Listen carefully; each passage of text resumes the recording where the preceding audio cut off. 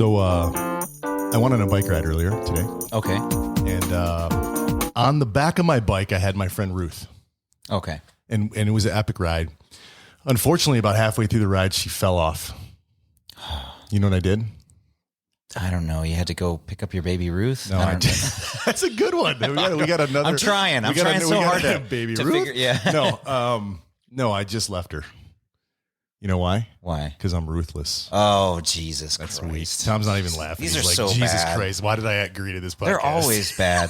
Why do we do that to ourselves? I don't know, but we are here today, Tuesday night, with Tom Danger Place, who's co-owner, engineer, testing, customer service. Wait, Danger's your middle name? Danger is his middle name, or at least his nickname. Not legally, but people remember it, so it's easier. Tom Danger Place. From Outbound Lighting. Outbound Lighting is a Chicago-based manufacturing company for lights, and they are making next generation bike lights. I do have a couple questions, and you touched on one already before we kind of get into it. Tom, where the hell does Danger come from? Yeah. That is so basically nobody in the U.S. calls me Danger anymore, aside from a couple random old high school friends. Okay. Came from watching a Leslie Nielsen movie. I think it was Naked Gun 33 1/3. Oh, God, I love that movie. Yeah. Love it. Where, basically, I spent a lot of time in the emergency room growing up. Oh, God. And so I was very accident prone. And at some point he says, but Frank, you might end up dead. You might end up dead is my middle name. And that just went in this other discussion. And so that's where the name came from. And then it only really became common when I was working crew for BC Bike Race. And when I was managing the bag team, there were four Toms total on crew, on staff. Oh, so the radios. Yeah. And so we had to go by nicknames. And so at that point, a lot of people only knew me as Danger. Nice. Within that second Canadian family. Well, I think we should try to bring it back. So to our listeners, if you run into Tom somewhere in the world, please call him Danger. Well, and a funny thing is I worked with a guy, Bruce. He had a son, and he named his son's middle name was Danger. Danger. Yeah, he did that on purpose, and it was legit. It was a joke, but it was also legit. I mean, we were going to name Maddie Hazard. Yeah. Hazard. We didn't see through it. Okay, second question.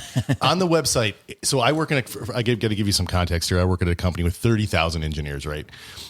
Huge company, a lot of engineers. On your website, it says you are a socially dependent engineer. Can you double click on that a little bit? So what does that mean to me? Yeah, a lot of personal questions off the bat. Off the bat. Oh, yeah. We're going to ask you about your waist size, too.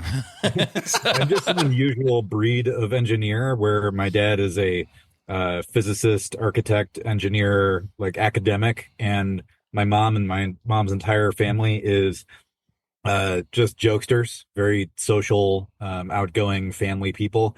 And so I kind of grew up with these two weird influences, and I'm just this kind of strange engineer who I like to talk to people. Really that. And to the extent that I actually need it almost all the time. There's very rarely a time where I need like alone time to just sit and quietly reflect. I can't fucking sit still.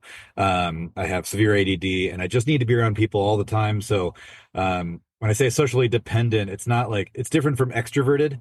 I don't need to be the center of attention. I just need to be around people as often as possible. That's cool. That's awesome. So out of the 30 engineers, I think I've met about 3 that match that description. So you're a rare breed from my experience. Tom, did you ever watch Office Space?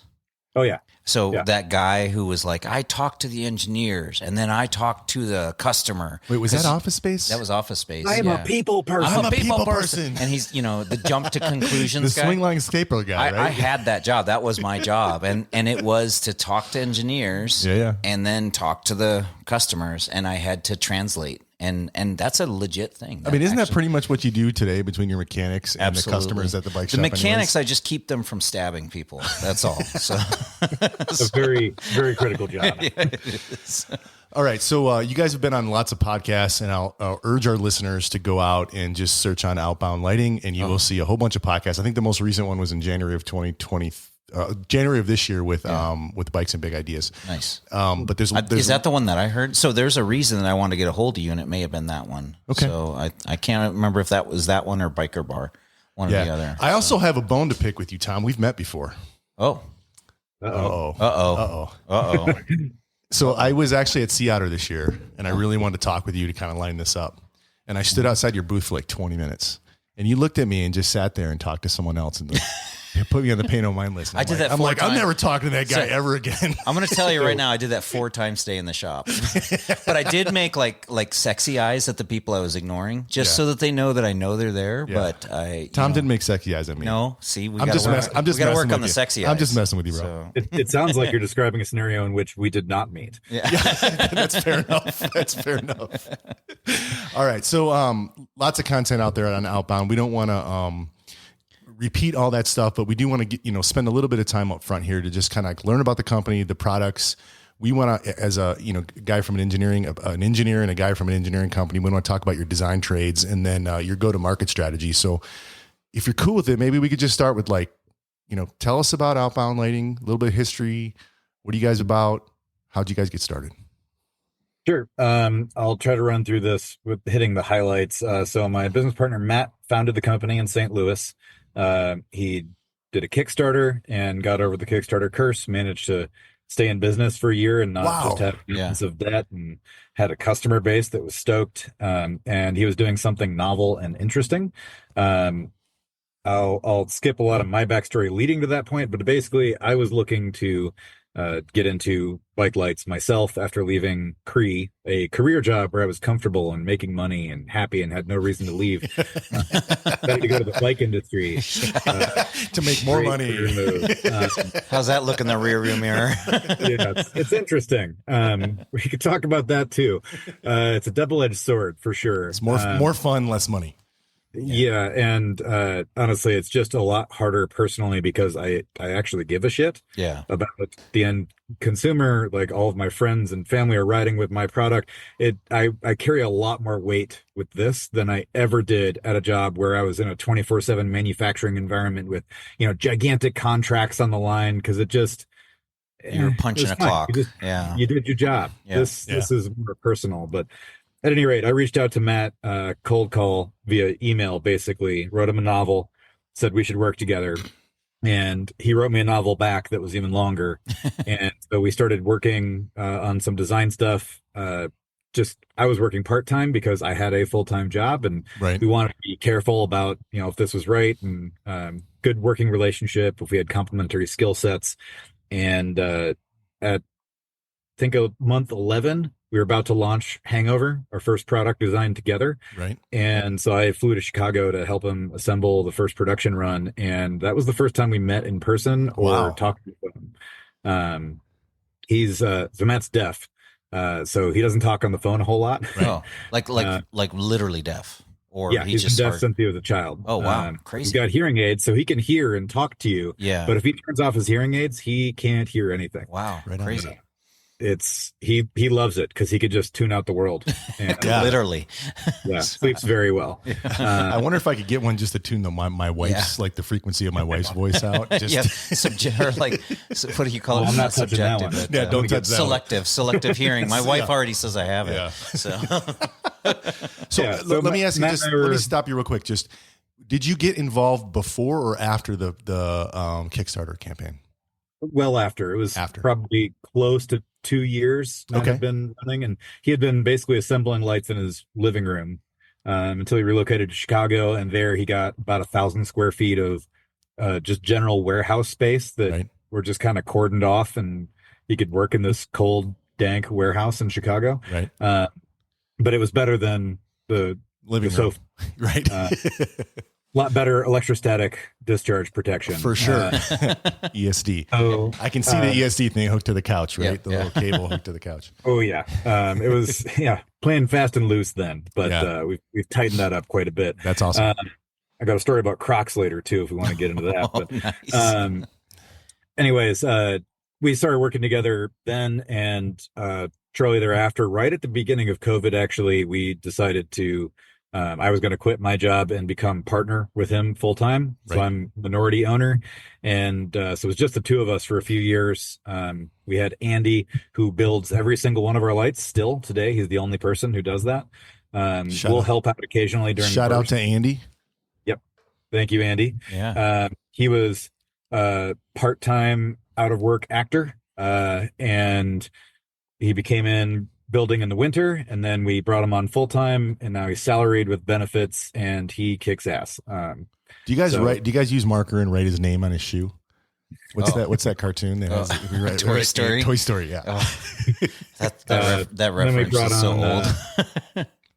Then we brought on Lauren, Matt's wife. She was a corporate HR manager for many years. Was very good at relationship building. She does all of our packaging and shipping, and then our supply chain, vendor management, any internal policies and documentation. She kind of does, like all of us. We have several different jobs. Andy's the only person who has one job. Right. And then we added Greg, who's an engineer whose entire job is just to make automated assembly equipment for Andy to assemble lights faster and more accurately. Right on. Nice. And then I hired Jason back in March of this year just to do customer service. So he's just answering emails. I say we spend a lot of time on customer support, and that doesn't mean like warranties and repairs. Obviously, we cover that stuff too. Yep. But any random question we get from a customer, we dive into in detail, because our goal is to spend a lot of time up front to make sure somebody gets exactly what they need for their use case, so that they're happiest long term, rather than letting them flail around, try to figure it out on their own, and then maybe just be dissatisfied and not convey that to us. If we can help. So there's just six of you guys right now. 6 total. Six total. Wow. And if you can't answer these questions, no problem. Just tell me that. And we can cut stuff out of this podcast if there's things that I'll send you a copy before we publish it, and you can cut out anything like me talking right now. But with 6 people, like if you're willing to share, like how many units do you guys sell a year? So this year, it's tens of thousands per year. Wow. 6. Wow.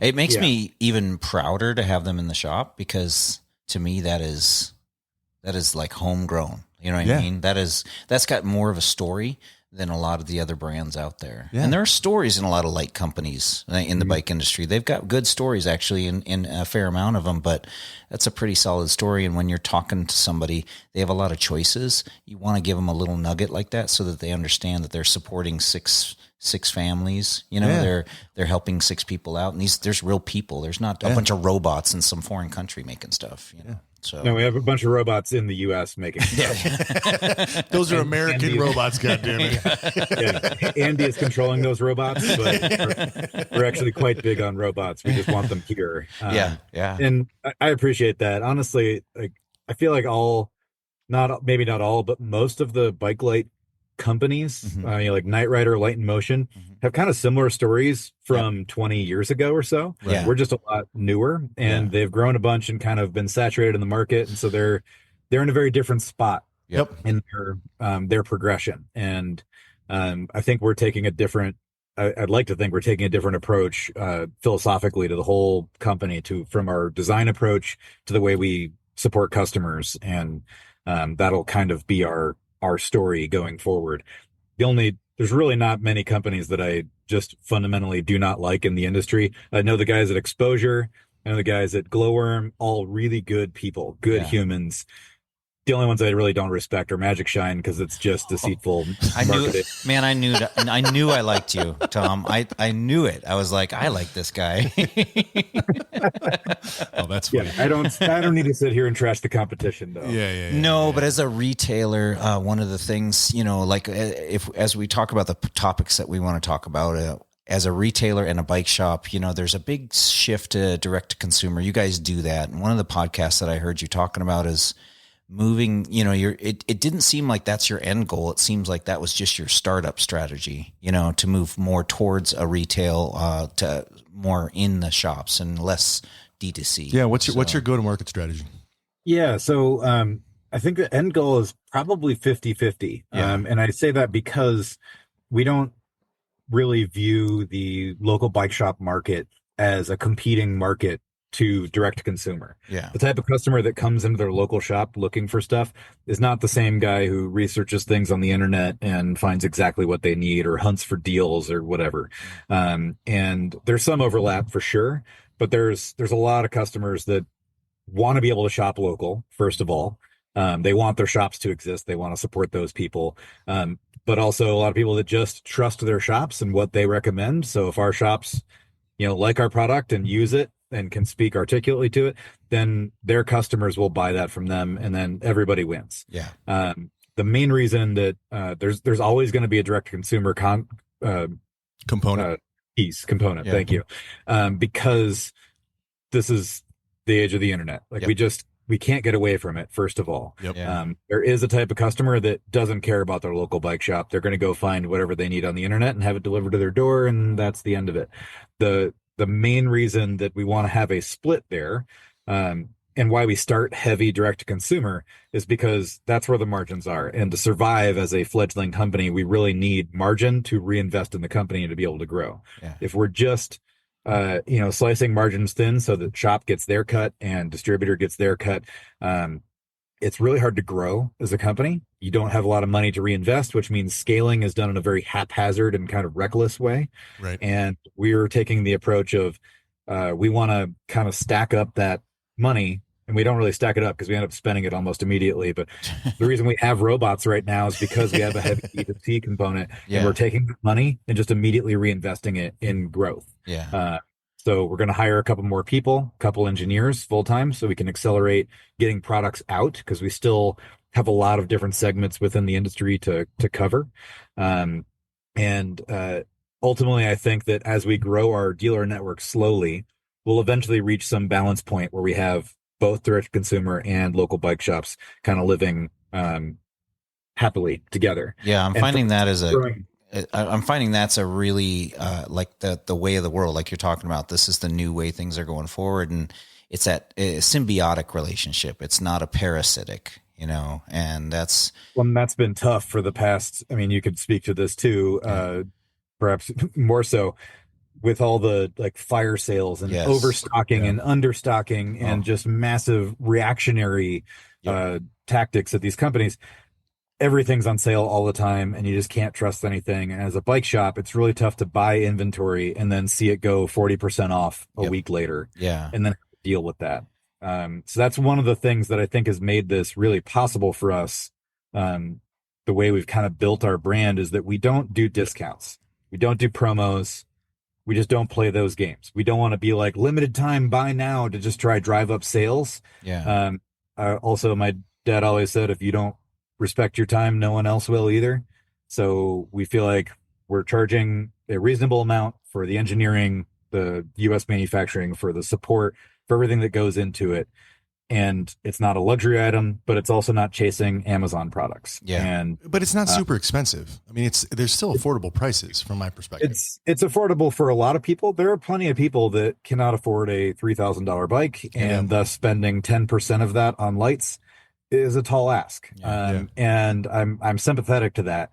I also think that we can't do that. If we start with that product at the beginning, then we can't grow. We're not going to survive as a company, because the race to the bottom is already being won by Amazon and the Magic Shines, the Chinas of the world. Yeah. We are trying to do something different and create a really stable business, not just for our employees, but also for the shops. So if we, as a brand, do not have sales throughout the year, we have one sale per year around Black Friday, just because we have to, and we can talk about stupid sale culture if we want. But, God, I just want to be your best buddy, dude. That's all there is to it. Like, he talks all the time about how sales devalue the products. Well, so in the consumer's mind. I got a little squirrel, a little rabbit hole here. I got off the phone with Reynolds, and I was talking to Reynolds, and talking to one of their national sales manager guys. Not the steel company. Not the steel company. This is the carbon company. Hayes, so Hayes Reynolds. Yeah.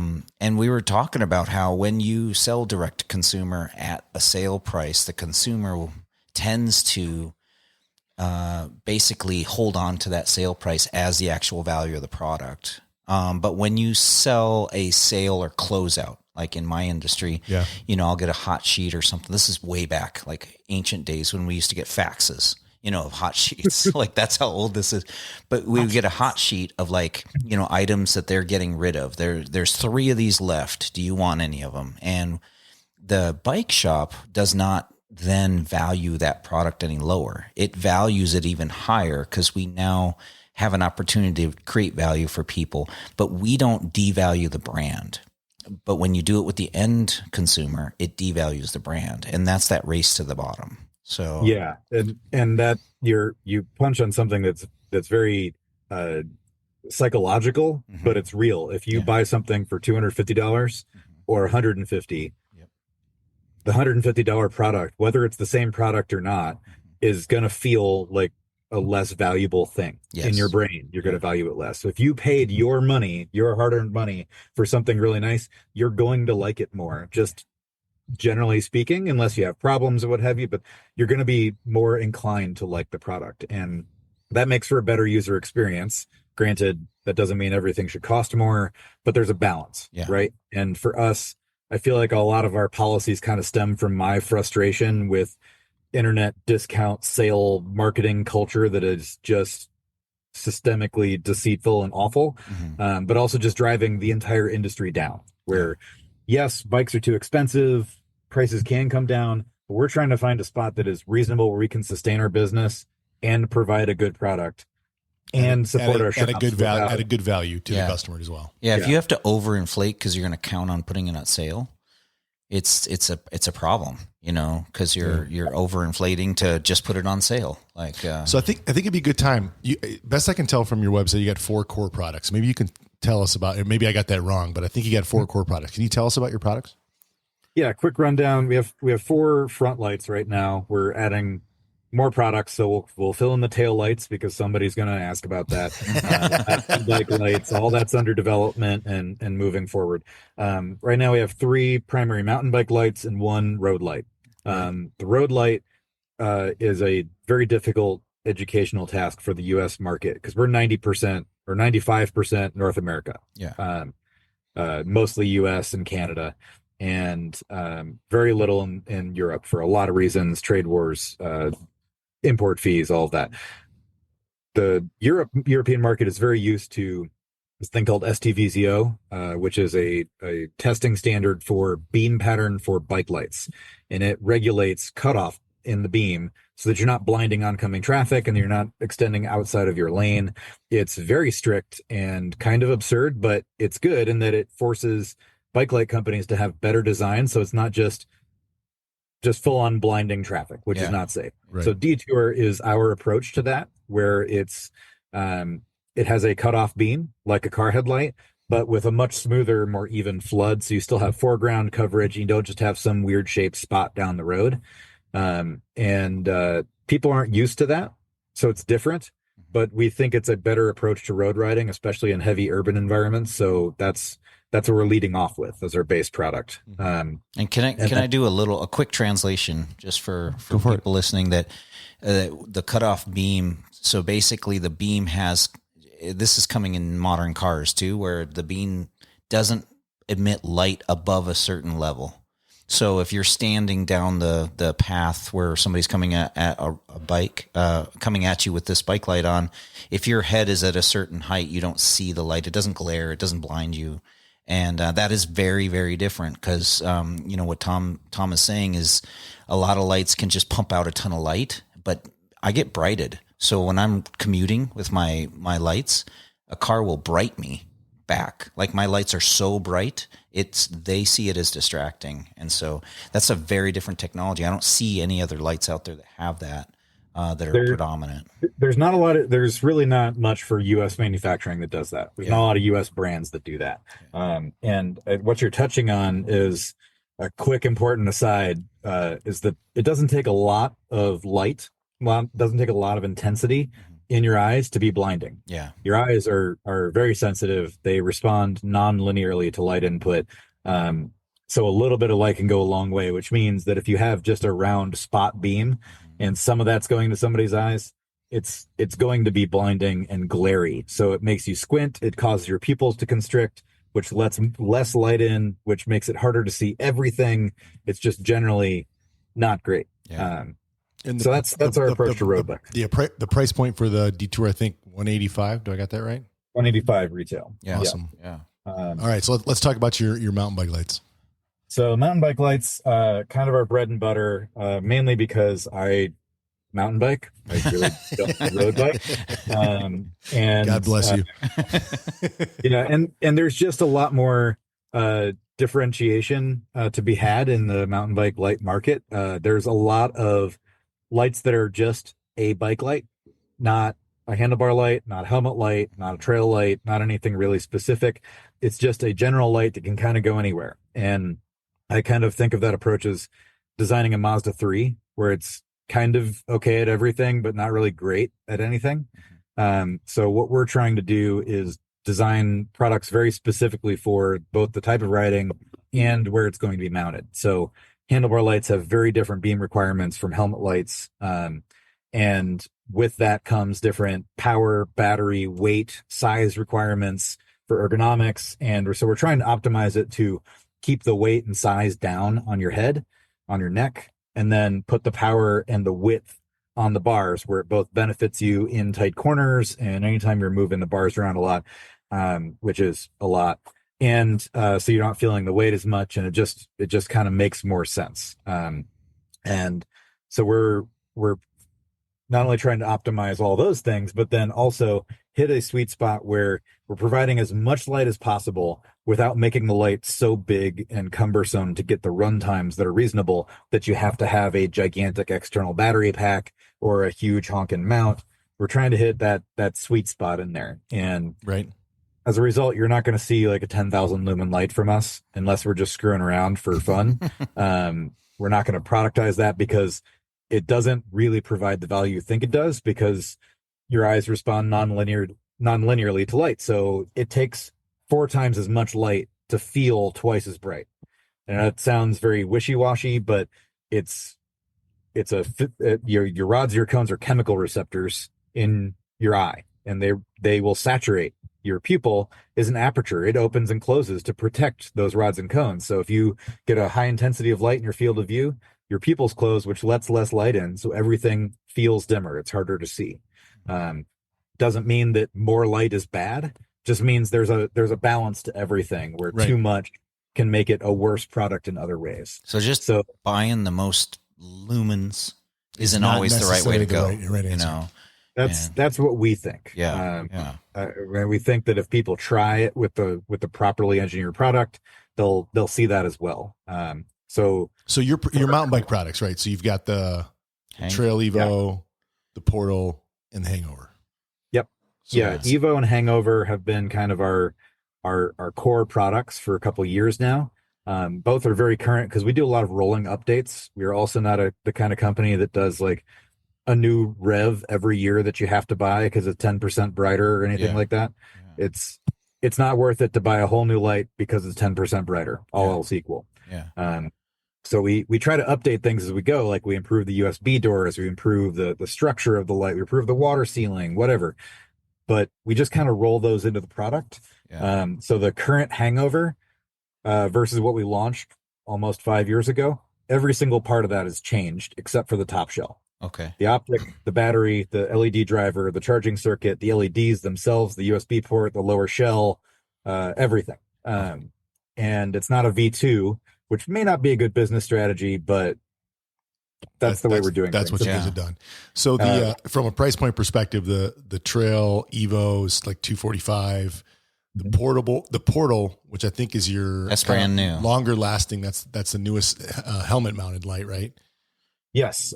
So Hangover is the helmet light for trail. Evo's the handlebar light. That's the core set that covers, honestly, the majority of customer bases for pretty average trail riding. Honestly, even pretty ripping trail riding. It's plenty. And then the Portal fills a gap in between for a couple different use cases. So we got a lot of feedback from customers. And so we try to design a product that kind of fit around that feedback. What were the use cases that drove the Portal? The primary use cases would be more aggressive, faster, higher speed, gnarlier, steeper trail riding. Where you want to see deeper, like, I live in Bellingham now. Nice. There's Lucky. a lot of really steep chutes there. Yeah. Everything is steep. It's not like the Phoenix Valley. Phoenix Valley, you can go real fast over really rough terrain, where a handlebar light is incredibly useful, so you can actually read the terrain properly. Yes. It looks three-dimensional. Yeah. In Bellingham, it's not that everything is smooth, but it's not nearly as rough. It's just way steeper. So, for example, if you're creeping up to a steep chute, where you're about to drop into that chute and look for a catch at the bottom, you need to see deep down into that chute before your butt drop in, and that before your bike handlebar light points down. Yeah. So there's a lot of opportunity for, or a lot of people who are kind of looking for hangover with more power. So that was one. And then there's a lot of people that just want matching runtime. Hangover, just to make it as light as possible, we used an 18650 cell. On the Portal, it has a 21700, so it's 40% more battery capacity. So we can match Evo runtime in adaptive, medium, and low output. And then we also have customers that want something that's more versatile and a lower cost of entry option for bar mounting. So with, Evo, you can kind of think of that as a horizontal, flat, wide beam. Yep. Hangover, you can think of it as a spot, but more of a vertical, like it kind of has a tail below the spot. So it's more of a vertical coverage beam. And then Portal is a little bit more T-shaped. So the idea is that it gives you more punch down the trail for use as a high power helmet light, and still gives you that vertical tail.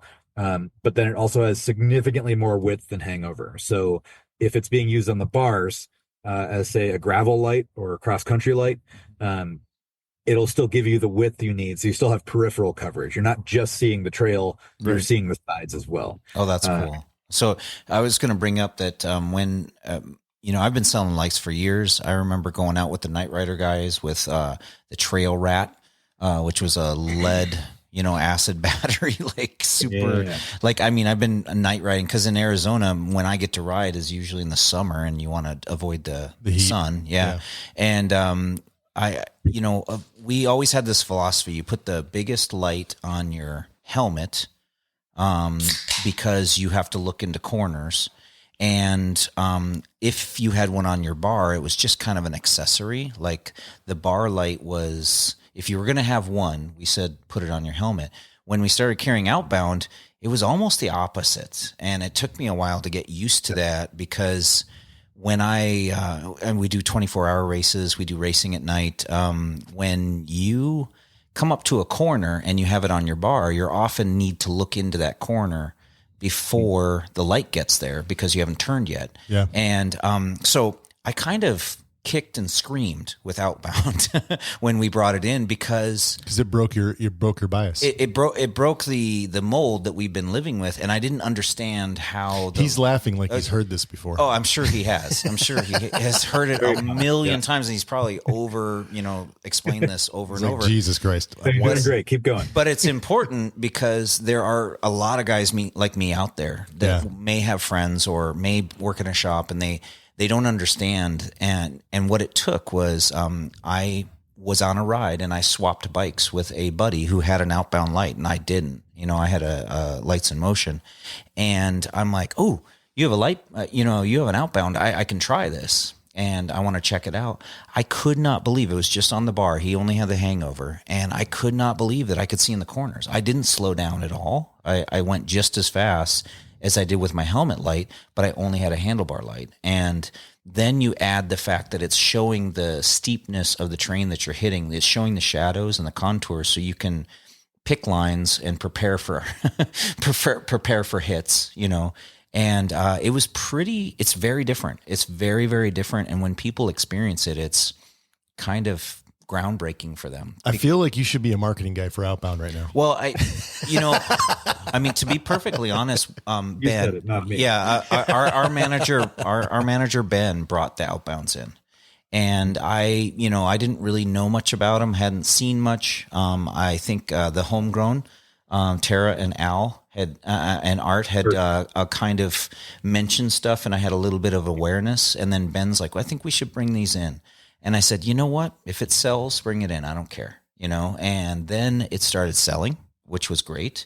But then I started paying attention to it. And it wasn't just another Night Rider, Lights in Motion, Magic Shine, whoever you want to slot in there. It wasn't just another brand or another look, of a light. It was a truly different product and a very different product from what's out there, which is really cool. And in some of the podcasts I've listened to with you and just, our conversations tonight so far, it's been really nice to see that you guys are actually just doing something different, but not just for the sake of different. It actually works, which is really cool. So yeah, I am we talked earlier about how this is like, so it becomes very personal to me because it's not just a job. It's the two things I care most about in the world. It's bikes and lights. Yeah. And I'm an LED lighting nerd. This has been my career before this.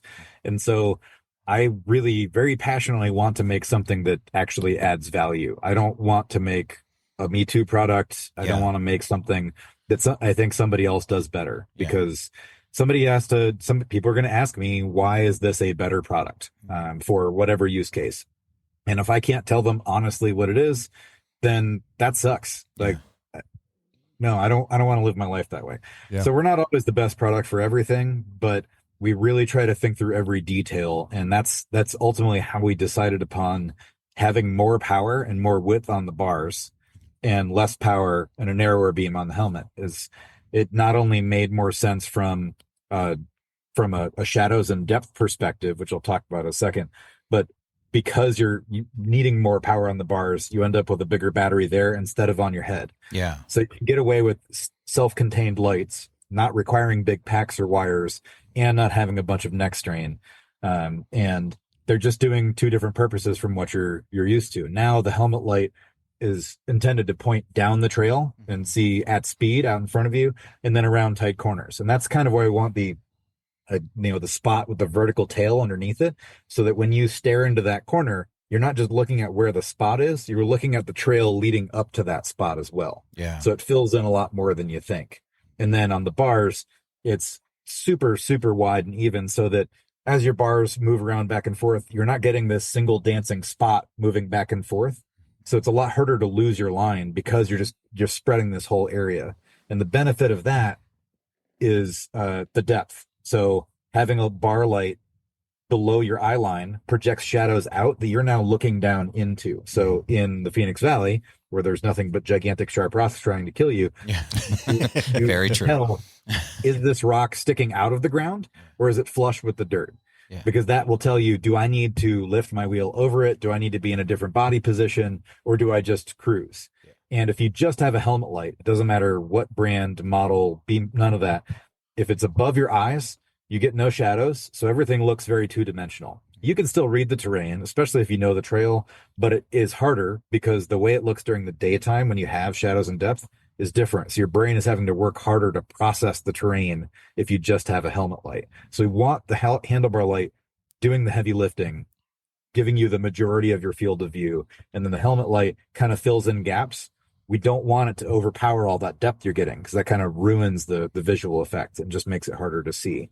But it's hard to convey that to people who are used to having a handlebar light as an accessory, because until you actually try it and see it, and even once you try it, it's new and different. So it might take some getting used to, even if it's better. Different makes people have to process it differently. If your brakes are better now, but if they grab tighter and you're not used to the way they engage, you're going to pull the brakes differently, and it's going to be hard to get used to for a bit. Yeah. So there's a lot that goes into it, but I'm glad you finally came around. I'm going to admit here, and you're going to hate me for this, I don't actually have a set yet of the Outbounds, because right before we opened the shop, I bought 2 new lights. And so, but my kids are getting into riding, and so I'm going to kick them down, those 2, so that I'll be an Outbound rider.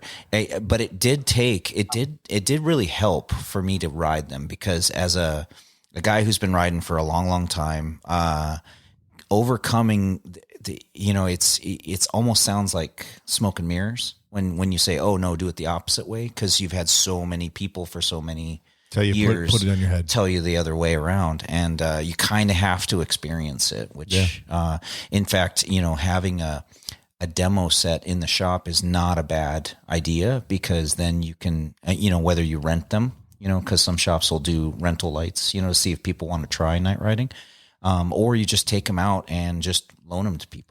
That'd be a good idea, I think. Yeah, I think to get people to see the difference. Yeah, I think it's a smart move for us. We do a lot of night riding, and there's still a lot of people that are like, "What? You ride your bike at night? That's crazy," And you have no idea. Like, it is amazing, and just freshens up the trail. Yeah, we did a night ride last night. It was amazing. It was fun. Yeah, It took that trail that I've ridden 100 times and made it awesome. Yeah, I got lost. So And there's a couple points in there that I want to touch on. That it is definitely the best way to see it for yourself is to actually see it in person and not just pictures on the internet. Yep. We publish beam shots and we try to give the best comparative information we can. It just doesn't do the same thing as going out and using them. yeah, And using them when it's on your agenda where you're just going for a ride, you're not in a group of 30 people with a bunch of lights flashing everywhere and all this chaos and distraction is also good. So having like a single or a couple demo lights at a shop is great, because then you can go out and do some experiments and see whether you like night riding at all and whether you like it with the right equipment. Because that's another thing that I get from a lot of customers is I don't want to buy really nice lights because I don't know if I'm going to like night riding. So I'm just going to buy this cheap stuff and see if it works and see if I like it before I invest. Like, that's great. But I bet if you bought a $300 bike from Walmart and tried mountain biking for the first time on South Mountain, you probably would not enjoy it and you would not want to spend more money on it. But if you borrowed somebody's, pivot switchblade, for example, you might actually really like it. yeah, The problem for us is just figuring out how to manage that as a small company, because we've got we've got probably 300 shops nationwide right now that carry our stuff, and we've had this request from a few, and we've kind of tried some pilot program things, but how to get demo lights and make sure that they're actually being used. So I was just going to touch on that. Have you, in your manufacturing process, is there any way to change a color at all? Color of the light itself is either the housing or something like that, not the lights. So that if you were to, because I know exactly what you're going to say. And this definitely happens where somebody's like, oh, get a demo. And then the shop gets a demo and then they just sell it, and it doesn't really get used. And the manufacturer's taking a hit to get that out there so that more people like the demo experience. seats you used to be able to get, they were like really ugly colors yellow. or something. The WTB demos were all yellow and they said test saddle. So you couldn't just go sell them, and I remember when they were done with those and I had to sell them and I'd tell people, this is a test saddle, but it was pretty obvious, I don't know if that's an idea that you guys would work on, but I wholeheartedly appreciate what you have to deal with. Because I've been doing this so long, and there are, it's a great idea, and it's just the scale at which we need to do that for it to make sense, not only for the shops but for us. Anything that splits our manufacturing line, adds cost and complexity and just downtime. Make Andy come in on his day off, and you can just do it on the day. Sucks to be Andy. You work literally all year round assembling lights, but could you do more? Hey, you're not here on Christmas. What are you doing on Christmas? Poor Andy. Right now we have we have some lights that we laser etch the outside of the shell to just say demo light. That's for smart. Our point of purchase display stuff for shops. Yeah, because we want people to be able to see and like touch the lights and play with them. Yeah, but we don't want people to steal them. So we have a 7-second timer programmed in so that if you get the light, it will automatically turn off after 7 seconds. So you can check it and play with it, but you can't go ride with it. Gotcha. So if somebody stole it, it's of no use to them. Yeah, and if they tried to warranty it, I would get it back. You would know. All right, so we've talked about a lot of these things already, but I want to have you give me a grade. So I sat down like I was an engineer and said, I'm going to design bike lights. What are the different design trades that I'd have to make? So I made a list of what I think the design trades are. Can you tell me, as somebody who's supposed to know this, what do you mean by design trade? So you're trading off different variables of the product. So if you want it to be like the battery life to be long, and then you're trading that with the weight of the product as an example. So you're making those two trades. So it's trading weight for battery life. Trade-offs. Trade-offs, right? Okay. Design trades. Okay. So I got size, weight, heat, beam pattern, light output, battery life, price, and durability. And I kind of wrap like weather, drop, and like dust protection in the whole durability. Maybe you have a different term for that. Or water. What did I miss? I wish I had that list in front of me to go back. Size, weight, heat, beam pattern, light output, battery life, price, and durability. So like 8 variables. Those are all excellent. You definitely need to think about all of those. Ergonomics is another one. Okay. Yep. For both the controls and the mount interface. Damn it. I missed that. Oh yeah, the mount's really, very unique on them. So very unique. Yeah, it's different. There's a learning curve because it's not a normal like snap in where there's a click and a detent. Yeah. But we did that so that it doesn't have play over time. Because if you have a something that just snaps over an edge, at some point it'll develop play, and then once it does, it'll just get worse and worse and worse as you ride. Yep. So we wanted a cam interface. There's not really a locking point. It just closes and holds the light. Yeah. And that's something difficult for some people to understand. Like, how much do I press on it? Why isn't it going far enough? And it's like, well, it only needs to go as far as it needs to go. Yeah. Like it just stops when it needs to, but 2 years from now, it may stop a little farther. Is that phase? Exactly. Yeah. As it wears, it can take up the slack by just closing a little bit further. Yeah. But then, we want people to be able to reach down with one hand, pull the lever, and pull the light out of the mount in 2 seconds without tools, without having to look, without having to fiddle for like a little tab or an arm or something. And then the button, we put a lot of time into the button. It's not perfect, but as silly as that sounds, the most common issue with pretty much any other light from a warranty standpoint is customers thinking the light is bad because it's in lockout mode. Yeah. Oh my God. Don't get me started. The reason other lights have lockout modes is because they've got a single optic with a single high power LED where all the light goes into a tiny spot. So if it accidentally turns on in a bag of clothes, it will melt the clothes. Yes. It will, for example, burn a hole in a vinyl seat in a Sprinter. You got some pictures on your website of that, actually. So you have to have a lockout mode for a lot of these switches to prevent accidental activation, because they want the switch to protrude enough so you could feel it through gloves and still be able to easily press it, which makes it really easy to accidentally press it.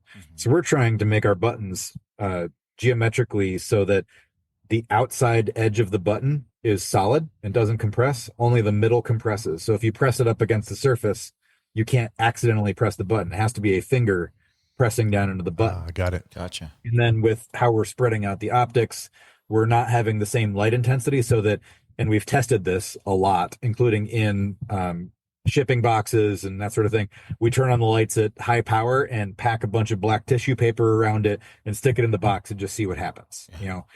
We do that for safety, but then also that means that the worst possible scenario for accidentally turning on your light is it runs the battery down. And we have thermal protections in there so it doesn't damage anything. It's annoying at worst, but it's also really hard to do that. And so ergonomics of the button, where if you can't feel it through a glove, most night rides are in colder weather, except in the Phoenix where it's 1,000 degrees all the time. Yeah, it's so can't true. Feel it through the button, then it's annoying, because then you have to like spend all this time hunting for it, and that sucks. Yeah. So I'd say that you covered, I think, the majority of the basics. The way we approach that from a design perspective is we do competitive analysis. We have a list of features, from the mount to the battery indicator, how it conveys that information to you while you're riding, to the ergonomics of the button, to the beam shape, blah, blah, blah.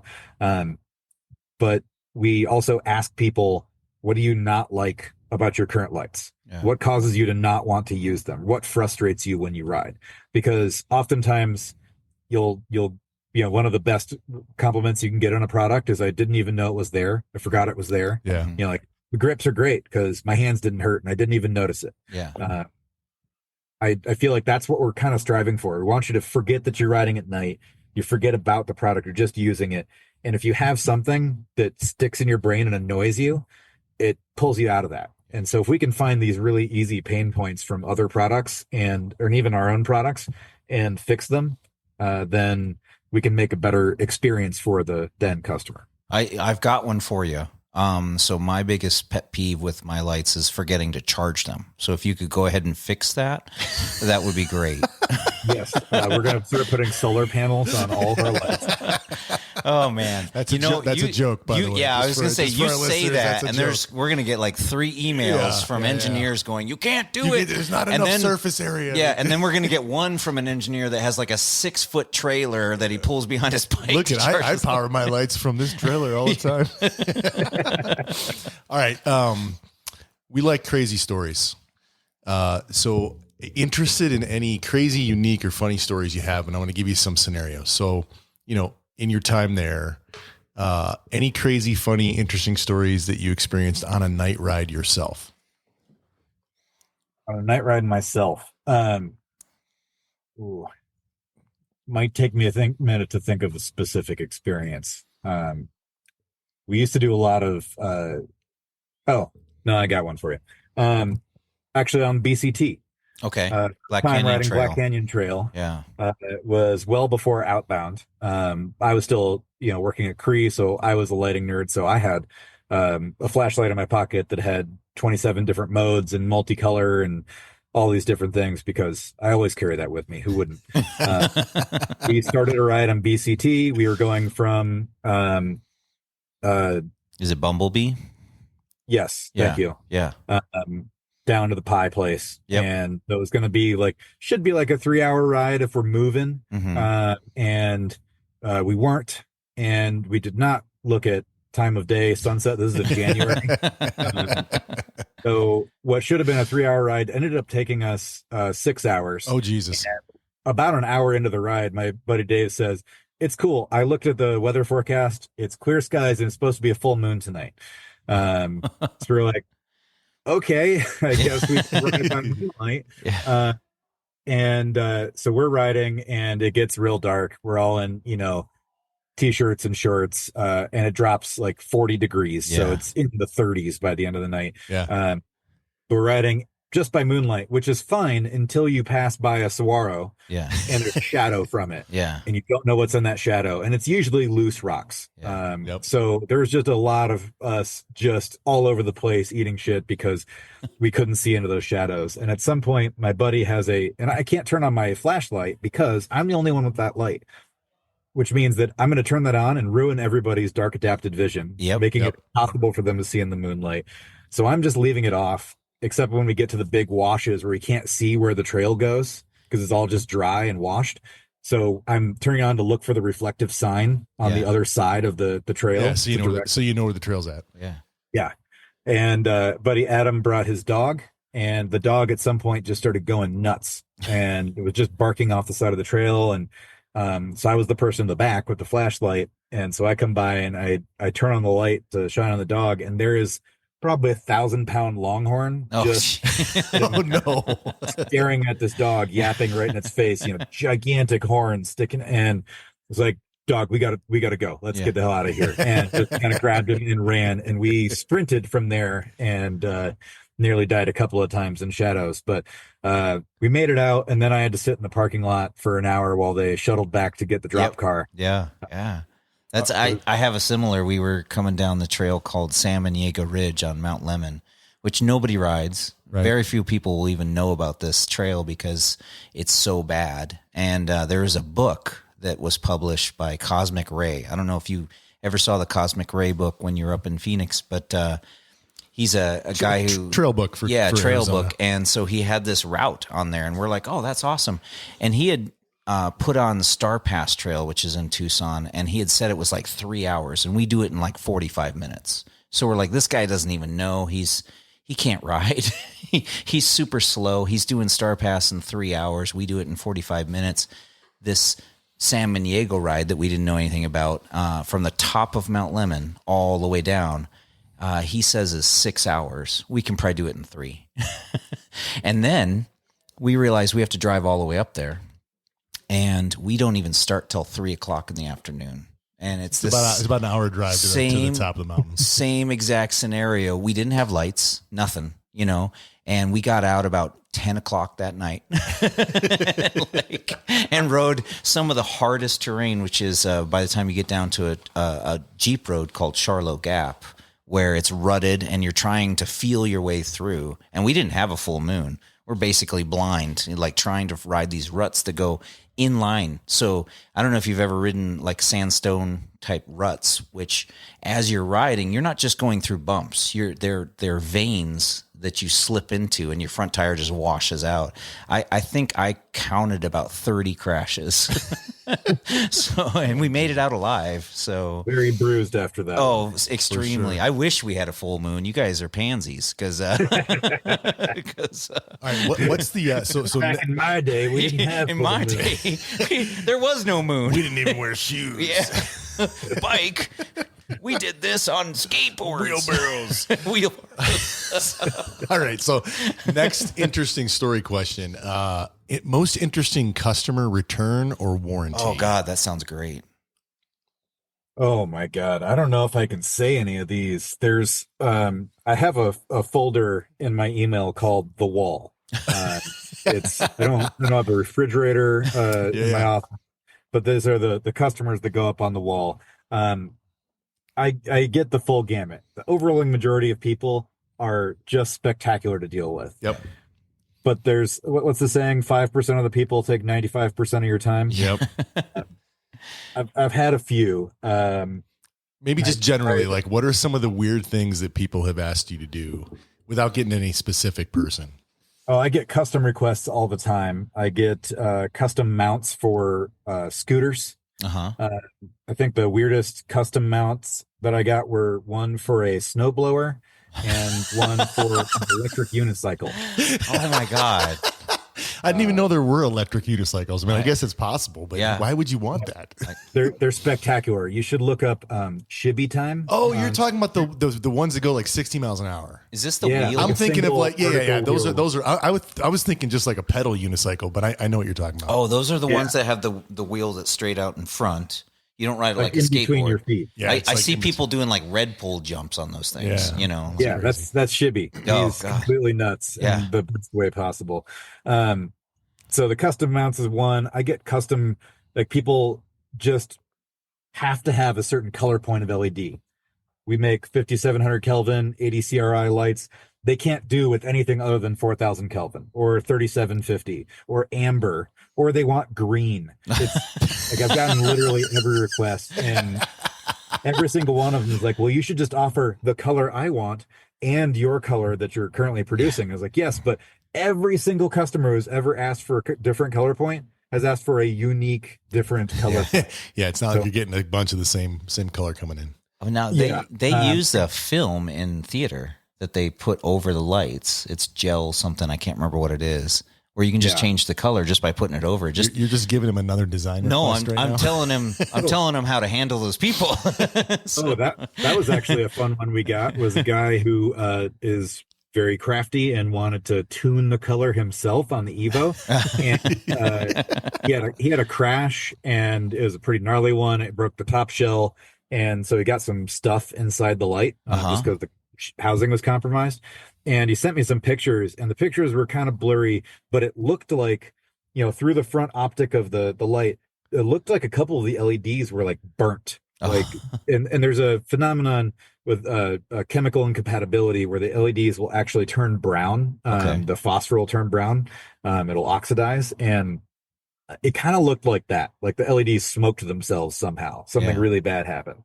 And I was like, I need this back like immediately so I can figure out what's going on. This is like potential safety issue. Yeah. And I get it back, and he had cut out 2 pieces of amber sticky film and put them over those 2 lenses because he was trying to tune the color of the light, and he didn't feel the need to say that when I was talking about how it looks like the light had melted and caught fire. Anyways, it was fine. That was a fun one. I had an interesting one just the other day that was actually really nice person to talk to, was not a jerk, was not a problem. It was just the strangest email because he was talking about how he got the light and it just reeked like dirty garbage, like this putrid, nauseating smell. What? And I was like, I cannot wait to find out what this is. So I said, look, we definitely don't want you dealing with that, but I don't want to just send you a new one and think that's going to fix the problem. Yeah. Can you send it back to me? Here's a shipping label. I want to smell what you're smelling and figure out what's going on so that I can send you back something that I know is going to be okay. Did you ever think, like working in owning a bike or a bike light company, that you'd be telling to a customer, like, I want to smell what you're smelling? Like, that's not something you're ever going to think about. Yeah, that quote goes up on the wall. Yeah, no doubt. But I got the light back and everything's fine. It is totally normal within the standard mean. There's no like weird plastic outgassing smell or anything like that. We're not using PFAS or any weird chemicals. There's not really anything to create such a smell. Yeah. And I was talking to a friend about it, and she'd mentioned this phenomenon called MCS. It's multiple chemical sensitivity. Oh, that's, people smell different things. Yeah. Turns out some people are just ridiculously sensitive to certain materials, chemicals, whatever it is. And something about the rubberized overmold or the seals or whatever in our products was just driving this guy crazy. Nauseating response. Yeah, like a lame example is my daughter hates gas, the smell of gas so much that I can't have the door open on the car when I gas up. And I actually like the smell of gas, which I don't know why. It's because it gets you high. Pretty much. Yeah, it kills brain cells, right? But I had a girlfriend like that in college. But yeah, she killed your brain cells? No.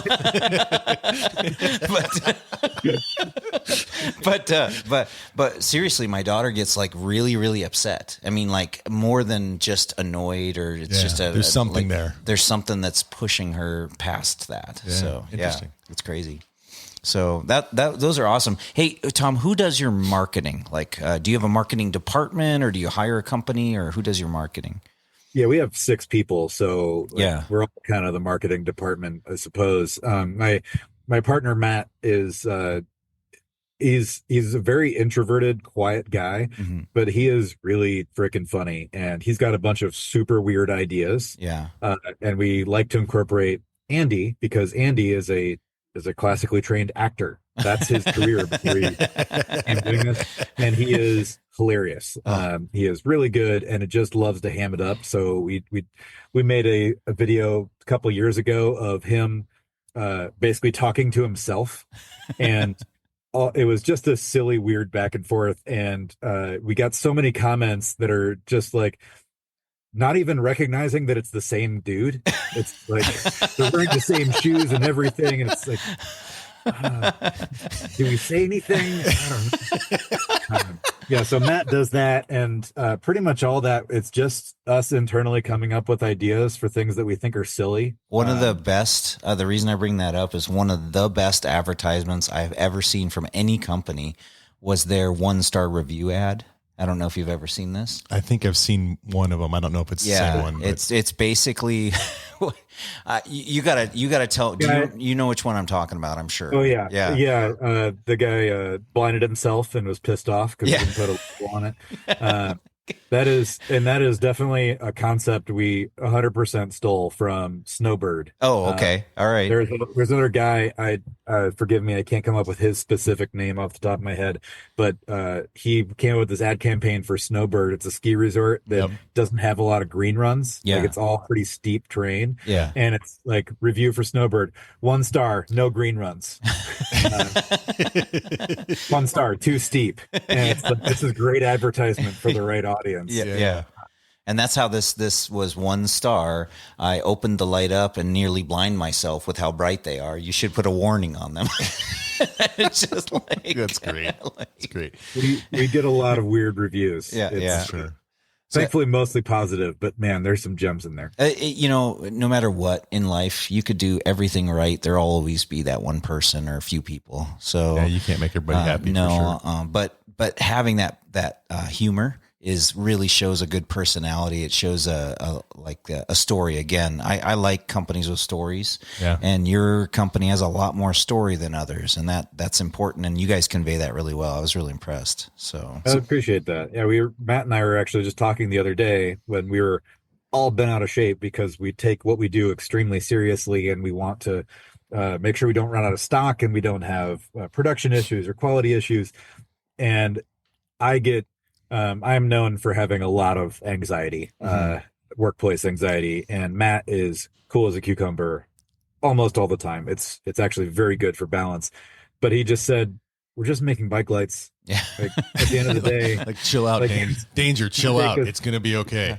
We take this very seriously. We work really hard to make a really high performing, excellent quality product, but we're making bike lights. Like, let's have some fun with it and relax a little. And that's what our marketing comes from. It's brilliant. I had a customer once. I was selling them a custom bike, and it was a Trek, and they had a program called Project One where you could order you could pick out of a catalog these different color schemes and get your name put on it. And, I think he picked like the lightning bolts and stuff. And so they would custom paint these bikes, and they had a range of time, like 6 to 8 weeks or something that it would take. And right around 8 weeks, the guy is just stressed out and calling me and just like, where's this bike? Why isn't it here?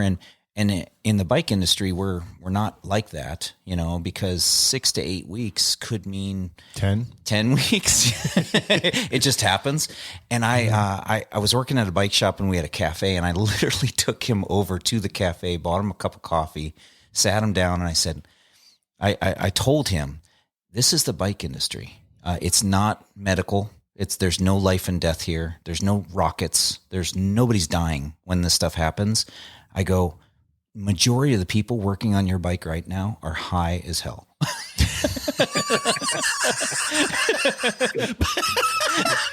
Maybe not the best marketing I was dead serious. I was dead serious. Because he was just, he had that anxiety, like, oh my God, where is it? You told me this. And I'm like, dude, you're lucky these guys get off the couch to get your stuff done. Like, no joke. Like, I've had just for the record, 88 episodes. We've never had someone fire up a joint in the podcast. So no. I'm going to break the stereotype. No, but this kind of idea of the bike industry, there's a lot of people that are doing it for fun. They're doing it for passion. They're doing it because they love it. And they're not necessarily worried that somebody's going to die if they don't get it done right away. And you gotta kind of go with the flow sometimes. On that, so Tom, what are you excited about for the future of Outbound? Just about everything. I'm excited to have some more employees for the first time ever. Like, normally, management and taking on more responsibility is quite stressful, but I like people, and I like having the bandwidth to focus on the things that really I do best and can really add the most value to the company. So bringing in a couple engineers so we can really accelerate our product development and transition to production and our sustaining systems and just tighten everything up and grow. I'm excited for that.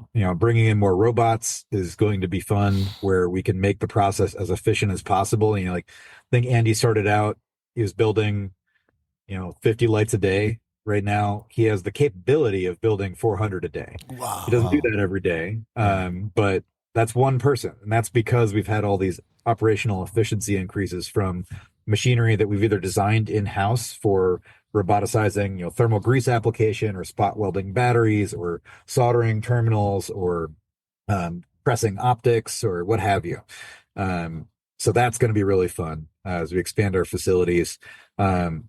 I think more than anything, I'm really excited to get some more products out, like different products. We've got a tail light coming that, again, I don't really ride road bikes, but lots of people do. And tail lights are basically a commodity market. It's a race to the bottom. People don't think they should value the beam pattern in tail lights because they don't use it to see where they're going. Yeah. So they don't know what the beam is. They just know if it looks blinding from a distance or not. So there's plenty of opportunity for us to make something different, not only really impactful, but something that looks really cool. I'm actually super excited for that product because it'll look like a total departure and more like Porsche taillights than it will a bike light. Nice. So getting some more products out and just kind of really just continuing what we're doing. We are not the type of company that's trying to sell as many lights as possible as quickly as possible. We're not trying to increase our valuation so we can sell off and live on a yacht.